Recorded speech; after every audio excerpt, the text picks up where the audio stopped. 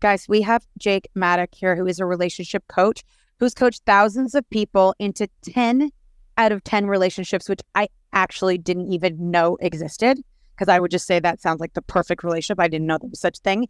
And he helps you find your ideal partner and achieve that golden 10 out of 10. Or if you're already in a committed relationship, like the two of us, he can help you work through troubles to achieve a 10 out of 10 relationship.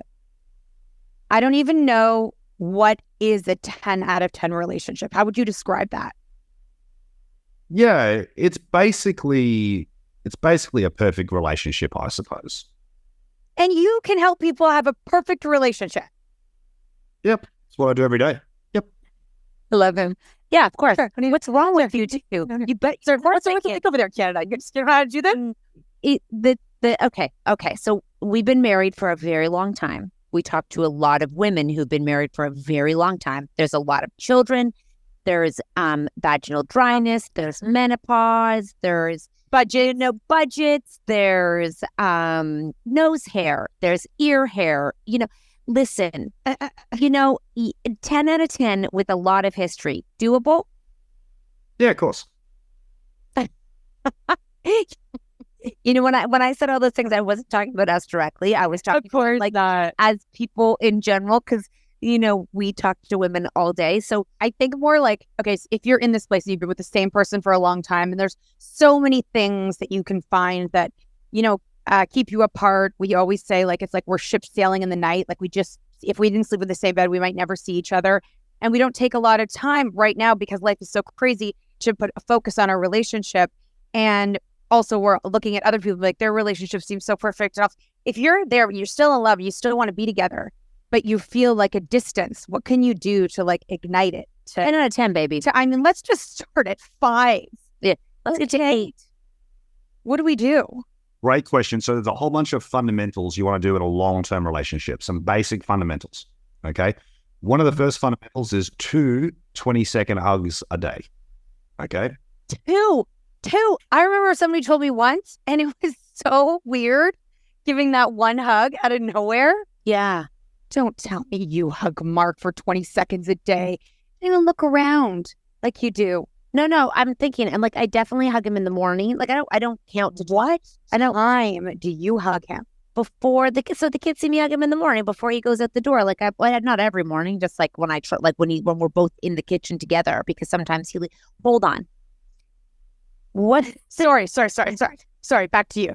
So 2 20-second hugs a day. And what's the theory behind 2 20-second hugs a day? I think it's really great that there's something so tangible and so quick that you can give people, because a lot of times it seems so laborious, but like very, like it can feel like a lot.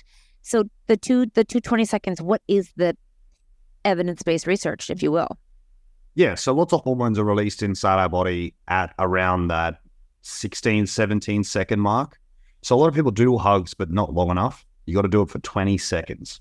So 2 20-second hugs a day, lots of positive things, and you'll just start to like your partner more. Very simple, really? Very easy. Yep.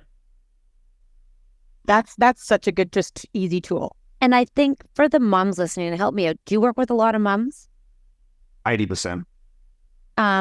Because I feel like we get that from our kids, right? We get the physical touch a lot more. I don't mean to be gender like stereotypical, but I feel like we physically get the kids more than they do. So we might not need that 20-second hug as much as our partners might need it for the connection. To connect with that person. No, I'm saying though, you have to think about it, because often we're touched out by the end of the day, right? We've kind of had someone on us, like in us, asking something from us.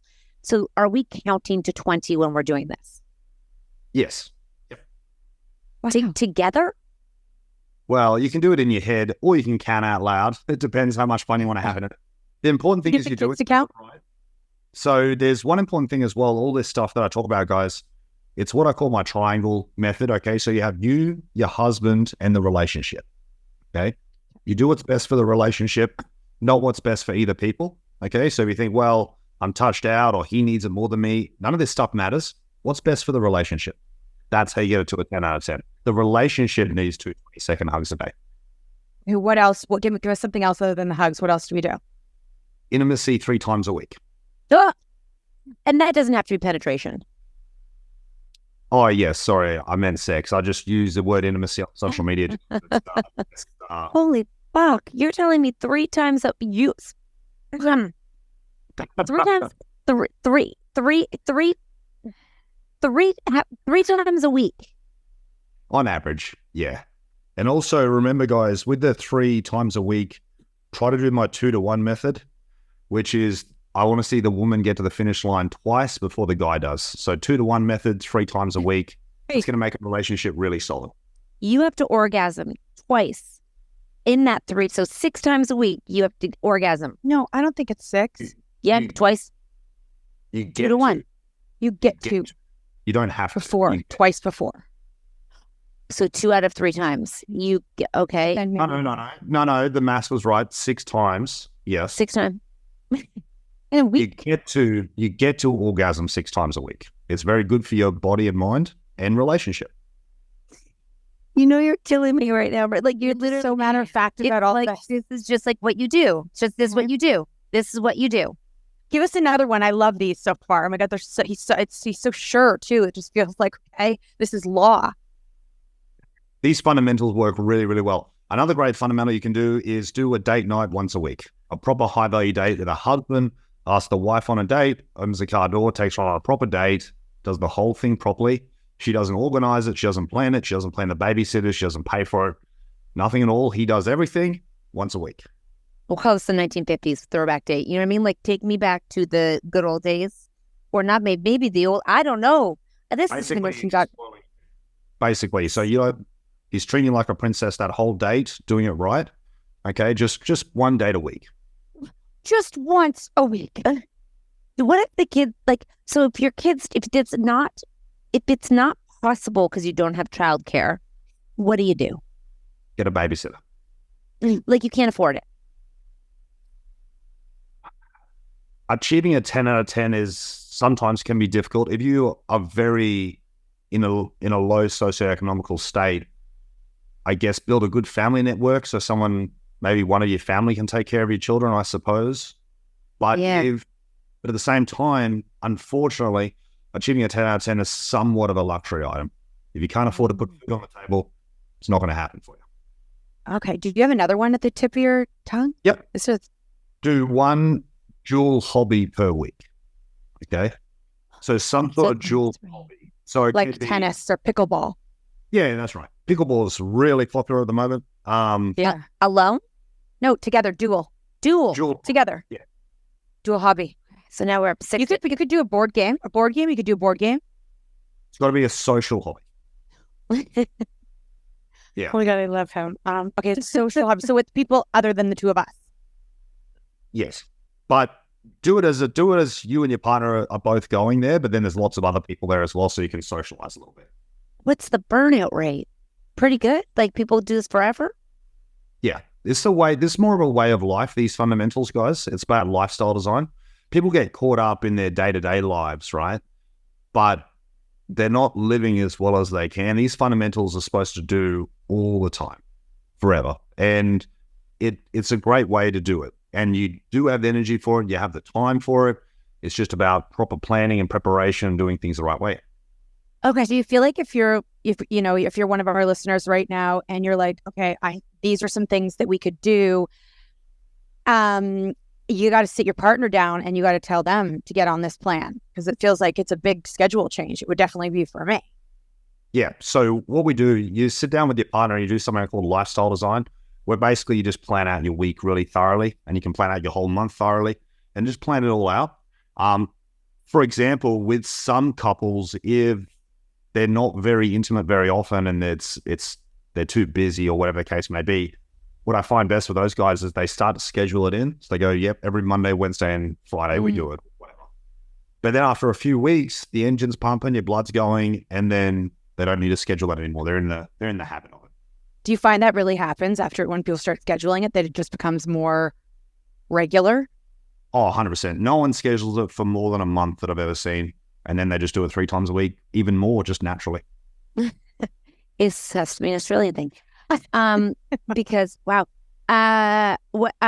What are some of the biggest challenges when a couple comes to you? Oh, okay.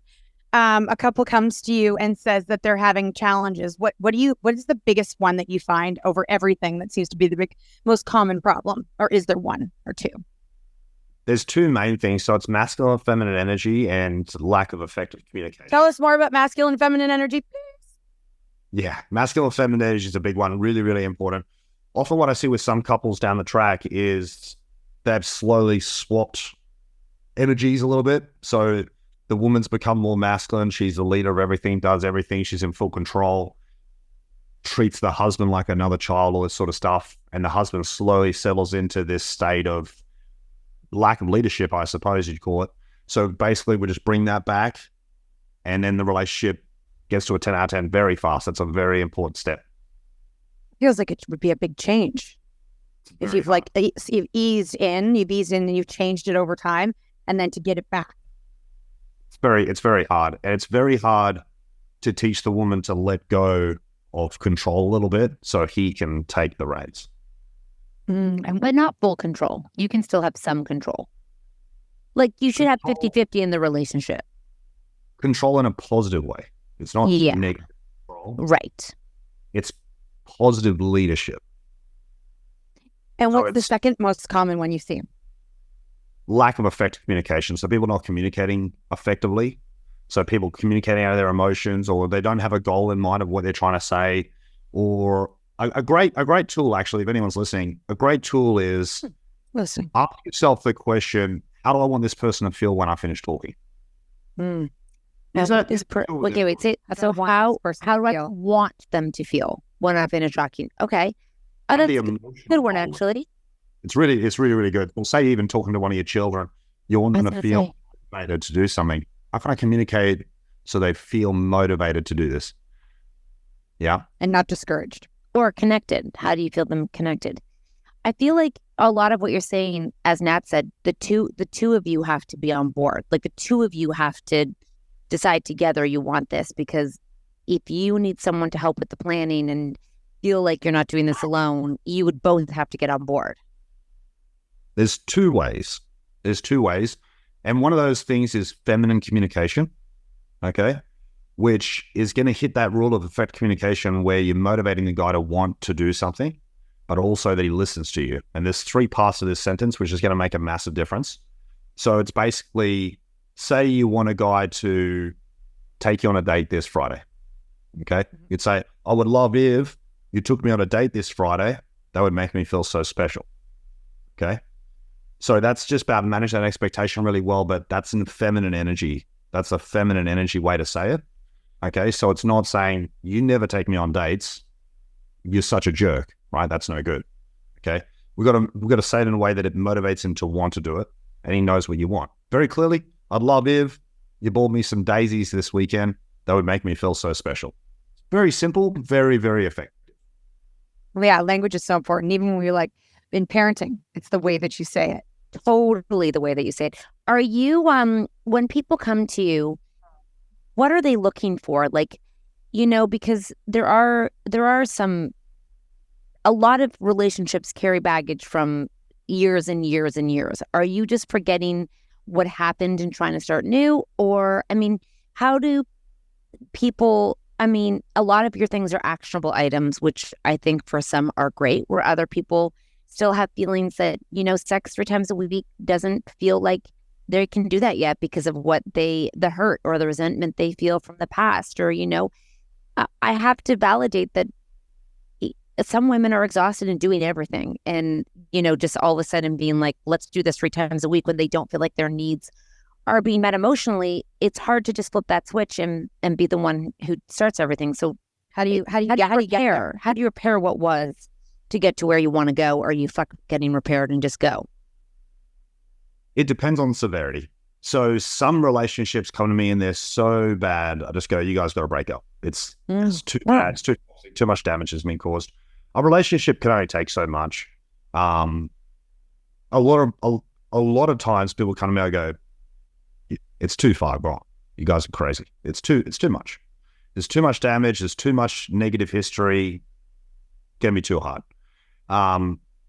But if there's not too much negative history and there's not too much damage, then we get on with it. And believe it or not, after a couple of weeks, you're not thinking about the past anymore because attraction has raised up to such a degree so fast that you're not worried about that other stuff. It's gone, and you can just focus more on the future. What is the theory of 3 times a week of sex? And I'm assuming, that doesn't. There's got to be times when you have a sick child in your bed, or when there is it like regardless, like this, you have a yeast infection, you're having sex, like you know what I mean? You are, no. Okay, just on average. Obviously, if you've got a stomach bug and you're sick, obviously. just average. Yeah, we don't want to. Do you have to?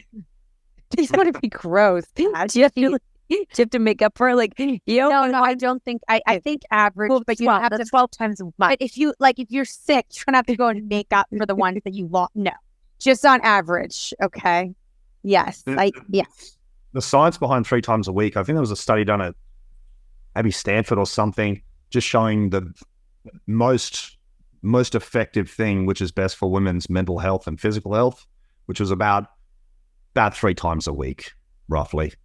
I also think about the women who don't know how to orgasm from sex. Yeah, like they're gonna miss. I think the men need a course, or they need a course on how to make that happen. That's a lot of people. Yeah. There's a few things people can, and including libido as well. A lot of people need to do some hormone optimization. Okay. So if you are struggling with some things, or certain people, when they go through menopause, they might need to see a hormone doctor, maybe get some HRT, stuff like that, hormone replacement therapy. Also, sometimes certain medication some women take can really destroy their libido, which is not good. So you want to make sure you're going really well with sexual health, and that side, libido, hormones, your health, all that sort of stuff is really, really good. Obviously, it's going to have a lot of negative consequences if not. Let's say for the people who are listening who are single or looking to get back into a relationship, or even for us as moms with our children, what are some major red flags in a potential partner that we should just walk away from?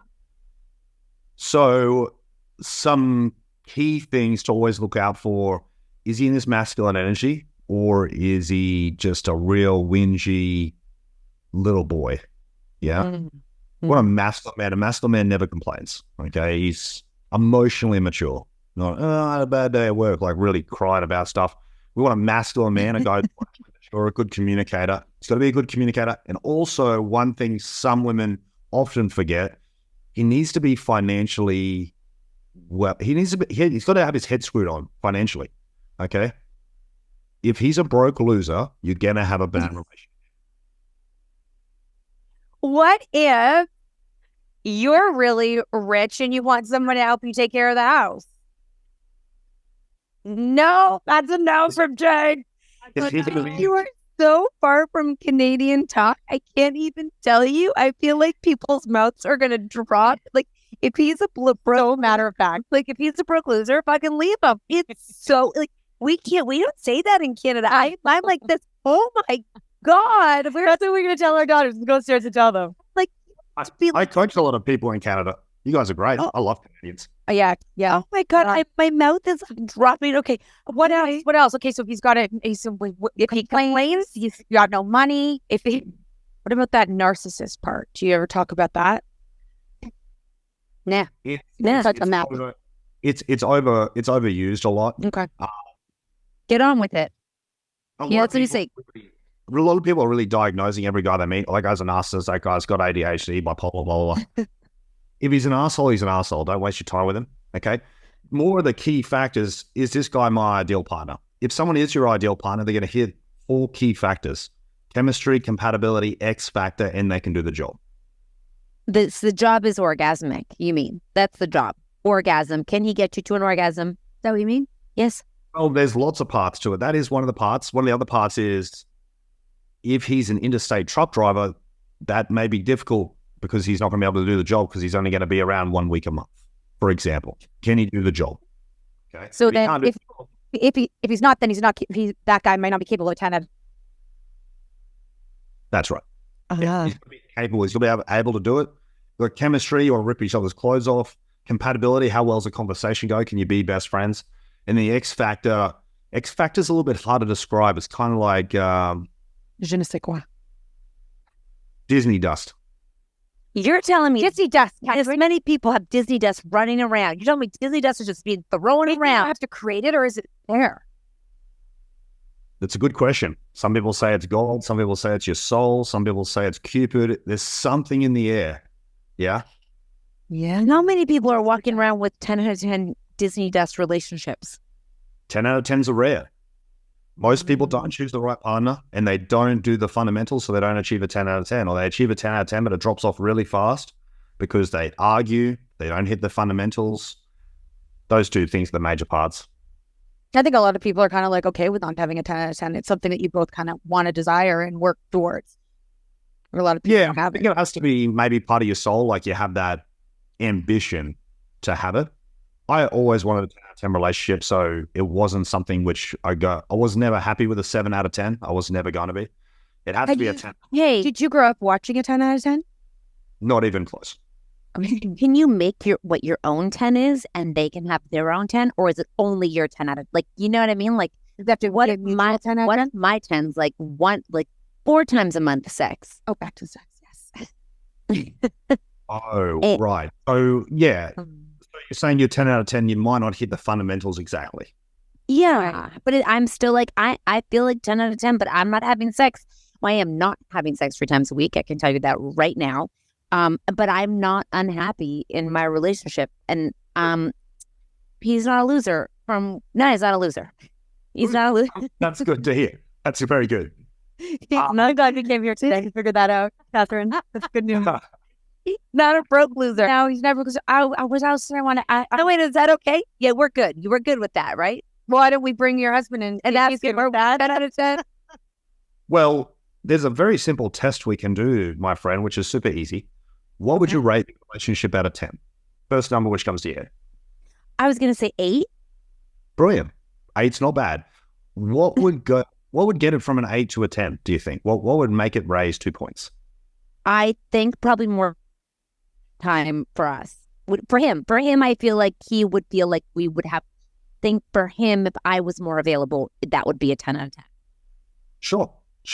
The important thing, that's a very common one, just more time together. The important thing is you got to spend time together doing the right stuff. Totally. Okay? Because you can't just spending more time together, but you're both on your phones or watching a movie. It's not really effective. So that's where those fundamentals come in. So the 20-second hugs. So time isn't just time, right?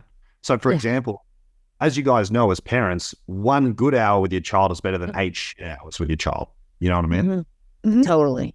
That connected time. So you could spend more time together. That time could be really efficient if it's really, really good time. Sex time is very, very efficient time. Hobby time is very efficient. Spending time working on a goal together. Now, a goal, try to do 1 dual goal a week too. Now, that might be, you might be building a shelf or planting a garden or whatever. Some sort of goal. Doing those goals. You guys do goals around the house. What? I don't have any goals around the house. He does. I do support him in goals. I'm like, go, babe. Yeah. Clean that garage. Whoa. Yeah. That's good. That supportiveness is one of the key traits to feminine energy, but it'd be better if you can do it together somehow. Even if blow the leaves together. Yeah. 4 hands on the horn. Oh, okay. I'll get my own blower. We'll just blow shit up in the backyard. So cute. A pink one and a blue one. Fucking cute. This has We been can double date and blow together. honestly, God, this is so fun. Like No. I have not met someone as straightforward as you in a very long time, and the Disney dust will stay with Oh me my gosh, I love that. forever because I think that's a really great way to explain to children if he doesn't have Disney dust, he's a loser. And they're like, well, what do you mean? He's got this job good. But he doesn't have the Disney dust. You don't have the dust together, baby. Walk away. Can you see the Disney dust in couples? Like, can you see the 10 out of 10ers when they're walking around? See the dust between me and Cat Yes. flying around. there's definitely something there. He does. It's like it's a load of shit. It's what he's like, you two. We're the losers. He's going to call our husband fucking walk. Those girls are No, big, you know. Girls are very funny. I love it. Definitely, though, if you have a daughter, tell her don't date a guy who's broke. It's definitely bad. What if the girl's broke? It's not the same. What broke? Okay, Jake, I love this. We're gonna go spot for our daughters and basically tell us our son don't get broke. This is a very I'm not sure if it's progressive. I don't know what we're in. Interesting conversation. It really and is. perspective. Yeah, and I feel like my mind's blown right now. I'm not sure I'm ever going to get a 10 out of 10 based on your recommendations, but I never know. I don't ever know. Take this long. Life is long, but I'm okay with an 8. I'm very happy. And I think Let's not ask them. I think I'm a 10 out of 10. Well, I know you. Thank you. Where can people find more of you? And I mean, You can book a free call with them right now. Yeah, a free call. Everyone gets a free call. Just wow. One free call. That's it. Say again, sorry? Sleep when you're dead? How are you going to have all this time For all these free calls. Yeah, it's a pretty big job, but I love it. How many people call you just to hear you talk? Like his accent? Yes. Most people do want help, which is good. So yeah, I'd say 99% of people do call just because they actually want to achieve a 10 out of 10, or well, to be honest, most people call me because they've been single too long and they're frustrated and they hate dating apps. And you help them. You're a great person when they're like, shit, I feel like there's nobody out there. I keep dating the wrong people. I bet you do. He's like a religion for people. And then you go, so we got to send single people to him as well. Mary. Oh, perfect. Let's send Mary. Okay, Jake, last question. Are you in a 10 out of 10 relationship? Yeah, 100%. How long have you been in a 10 out of 10? Now, I know what you do 3 days a week, but I'm going to pretend I don't know that. How long have you been in a 10 out of 10? He definitely does 7 days a week. How long have you been in a 10 out of 10 relationship? I think our anniversary is October and 2018. The 20th of October, 2018. I went through, I was like, wait, which one's his girl? I found her. I love that. But he's also all over her webpage too. Jake, listen, it was really refreshing to talk to you in a way that I haven't, it was fun. I know a lot of the stuff I talk about is not exactly very PC, but I know exactly what it takes to achieve a 10 out of 10. Yeah. A lot of people try to have PC type relationships or make sure it's really, if you want to achieve a 10 out of 10, you really got to kind of have a bit more of a classical type approach, like going on the dates, for example. Some people want to split bill and stuff like that. It just makes it harder. It's a lot more easy achieving a 10 out of 10 if you do it a bit more classical of a way. And I think girls deserve to be treated with a bit more chivalry. I think what I'm taking from you is it's okay to ask for what you want, and it's okay to demand what you want, and it's okay to say what you want and not settle. If there's anything, whether people want to do it 3 times, 5 times, if they want to go on a date one night a week, whatever it is, I think everyone can take that you deserve what makes you happy, and there's people out there who can meet that, and you can make them happy, and it's okay to talk about it. There's a formula for that. And there is ways that you can do it, whether or not you have a method that helps people for your way. And I think if that isn't something that you can relate to, the bigger picture is it's okay to want more than what you have, and it's okay to demand more than you have. You're worth more than you think. Sometimes it's just too bad. You got to walk. Yep. The biggest one, don't date a broke man. And a loser who complains about work. I like that. She never complains. No, I mean, I think you can talk. What you're saying is communicate how you feel, but don't complain and don't whine about nothing. No, exactly. And everyone has like this bare minimum of what we want in a relationship, whether it's a date a week or intimacy or communication or whatever the case is. You have a bare minimum. Your ideal partner will easily do your bare minimum. Then you'll meet other people who really have to work really, really hard just to meet the bare minimum. It's not your ideal partner. Your ideal partner will be able to do it very easily without too much work, and they'll almost be they'll be able to do it very organically. And that ideal partner, even though the other one wasn't the right one for you, can be the right one for someone else. Maybe. Or maybe they can. Also, I think this is why everyone's obsessed with Taylor Swift and the Travis Kelce. You got to go. because he is the chivalrous number 10 like guy where everyone he's leveling up in terms of communicating, being emotionally mature, supporting her. You know, like I think a lot of TikTok is talking about how, you know, settling for the basics isn't what we should all be doing. So I think that it is an interesting conversation to bring forward, and I appreciate. We will link all of your socials and everywhere people can find you to hear more, because I know there's so much more. There sure is, Jake. So much more. Well, I could talk to you girls for like 8 hours. If anyone does want to find me, just type in Jake Maddock on TikTok or Instagram or YouTube or whatever. I'm sure you'll find me somewhere. I'm sure we will too. If you need help, especially if you're in Canada, I love coaching people in Canada. You guys are great. Any help you need, you can, believe it or not, you can achieve a 10 out of 10 in Canada. Some people think you can't. You definitely can. Just which was a bit of a downer, but you know, we can get some winter hobbies. Yeah, winter hobbies. Yeah. Okay. 100%. Thank you so much, Jake. You were a great time. I really appreciate you. Bye. Thanks, guys.